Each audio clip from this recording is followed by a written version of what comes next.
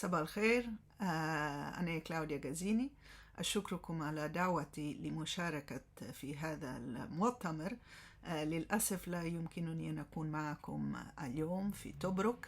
إن شاء الله ستكون هناك فرصة تانية فيما بعد، ولكن رتبت بعض الملاحظات على موضوع المؤتمر، وخاصة على ما يعرف الإيطاليان وطلاب الإيطاليان على استعمار الإيطالي في سنة 2023. ولكن بإذنكم هنستمر باللغة الإنجليزية. So the paper I prepared for this conference looks at what do Italian youth know today about the Italian colonial history in Libya.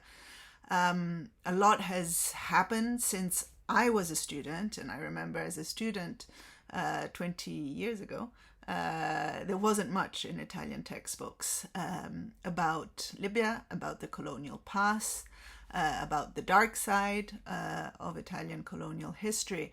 But since then to today, there has been historical research, there has been work in Italy and of course in Libya about it. So I wanted to see whether the 20 years of historical research and production on this chapter of Italian history was reflected in the school books.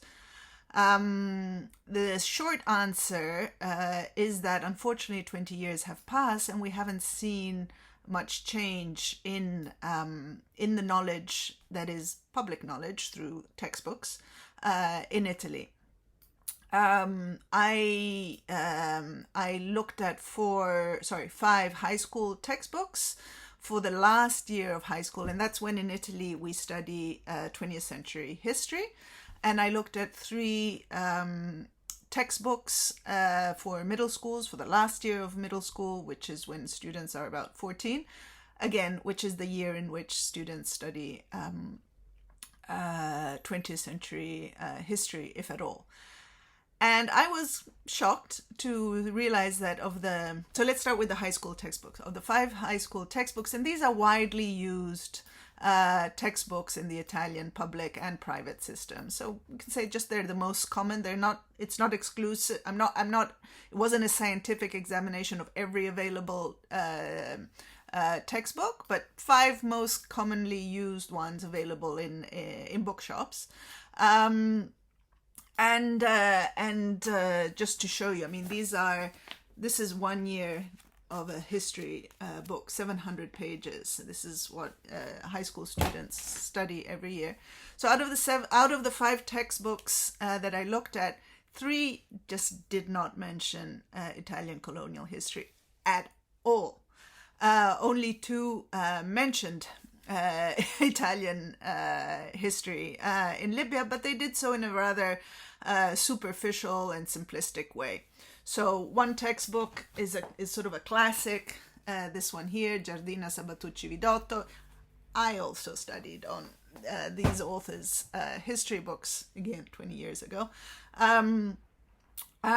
Mentions the Italian war in Libya of 1911, mentions the Italian conquest of Libya, but essentially it looks at it in a very few pages. I think it was like 3-4 pages, and essentially it sort of tells this story of the 1911 war but framed it as part of the domestic debate about imperialism and about why some Italian sort of thinkers at the time thought that it was appropriate to go to Libya, the Bank of Roma story.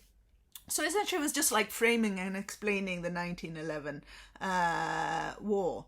There was no more information on the subsequent 30 years of Italian colonial history, and even there is a chapter in the 1930s about forming the empire, but there's no mention of Libya at all in that chapter, which is surprising. As I said, it's a 700-page book. Now the second book for the high school textbook that does mention Libya is this one by Brancati Pagliarini. It does a somewhat better job of telling the story of Italy and Libya. It has again 3-4 pages out of 730 pages, looking at the Italian presence in Libya. It admits in the text of the book that the perception of Italy as liberators is not entirely correct, that they were also considered, that there was also a brutal and heavy-handed repression of Libya.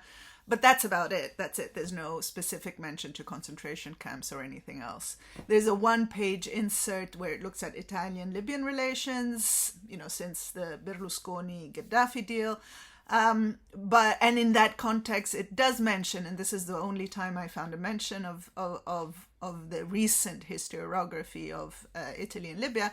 In that one-page sort of window, it does say, that there was a line of research, and historians in Italy have attempted to shed light on the relations between the two countries and what Italy did in the colonial period. And it does mention scholars, and it does say, I'm reading here. So it does say that there are scholars, and there is a strain of Italian historiography that has tried to go beyond the one-sided stories and histories.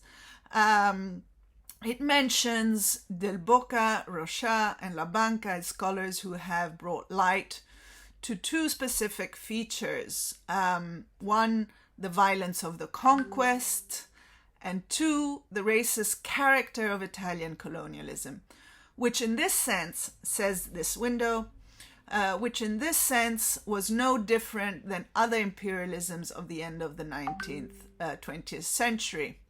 But it doesn't go into any further detail than that. It doesn't sort of explain what they mean by deportation. It says there were deportations, but it doesn't explain what these deportations are. It says there was repression, but it doesn't go into the detail. It doesn't mention, of course, concentration camps. None of these textbooks used in Italy do mention concentration camps. If we look at the middle school textbooks, the situation is no better. Of the three books that I looked at for contemporary history, Libya is barely mentioned. There's one book by Ardone Pianura where Italian colonialism has a section, but there's no reference to Libya. There's another book by Asnaghi and other authors where there's just one page on the Italian conquest of Libya. But again, even here, it's analyzed through the prism of Italian domestic history. And again, in the third book I looked at by Stumpo, there was no mention at all of the Italian colonial enterprise. So all of this to say that, despite 20 years or more of research that sort of started in the 70s, with Eric Salerno's book on genocide in Libya. Despite Del Boca's sort of important contribution to the history of Italian colonialism, where some of these dark sides of our history are uncovered.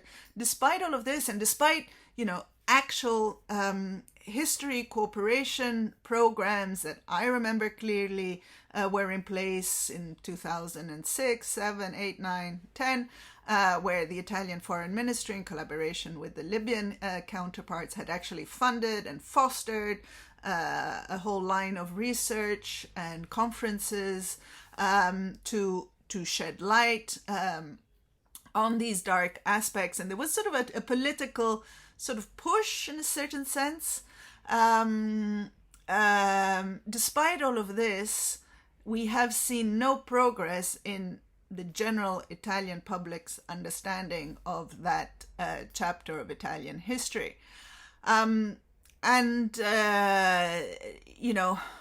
Already in 2005, La Banca and other authors published a book looking at Italian textbooks. So it was a survey of what Italian textbooks from 1911 to 2011. This book was published in 2000. Soon after. It was published by Isiao soon after the war of 2011. So, and it looks at Italian textbooks from 1911 to 2011. And already there, what emerged at the time was that, Italian textbooks, obviously from the colonial period, but also after, struggled to come to terms with what was the colonial enterprise. And it seems that today, these silences and omissions of what Italy did in Libya are still looming large. And the Italian public consciousness Italian public consciousness has still not come to terms with this. There is a collective amnesia, I would say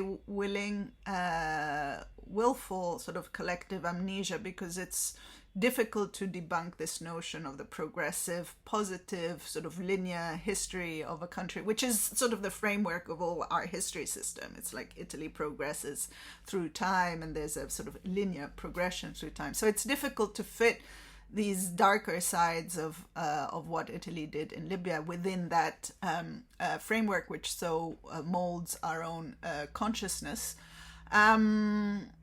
And I think we still have a long way to go. Now, before the 2011 war, when there was encouragement and there was actually Italian public backing through the foreign ministry funding, through the bilateral agreements, there was it helped trigger, prompt scholarship, funding for publications, which helped sort of historians and young historians work in that direction.